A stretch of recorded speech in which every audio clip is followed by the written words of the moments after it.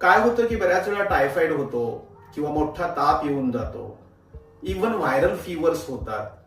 पण ताप येऊन जातं म्हणजे संकट टळतं, पण ताप येऊन गेल्यानंतर ऍक्च्युअल काय करावं हे मात्र बऱ्याच जणांना माहीत नसतं. म्हणून ते मोठ्या मोठ्या आजारांना बळी पडतात. त्यामुळं काय करायला पाहिजे?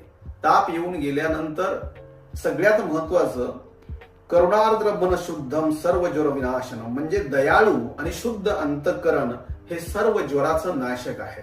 त्यामुळे हृदयस्थ शांतता कशी येईल या संबंधित बिहेवियर ठेवणं, सोबतच सात्विक, मधुर, सुपाच्य अशा पद्धतीचं, म्हणजे साधी खिचडी असेल, साधं वरण भात असेल किंवा पातळ समजा शिरा असेल किंवा मग डाळिंबासारखं, मोसंबीसारखं फळ असेल, अशा पद्धतीचा आहार सेवन करणे आणि बलप्रवर्तन होणार नाही, म्हणजे क्रोधित न होणे किंवा खूप हृदयाला ताण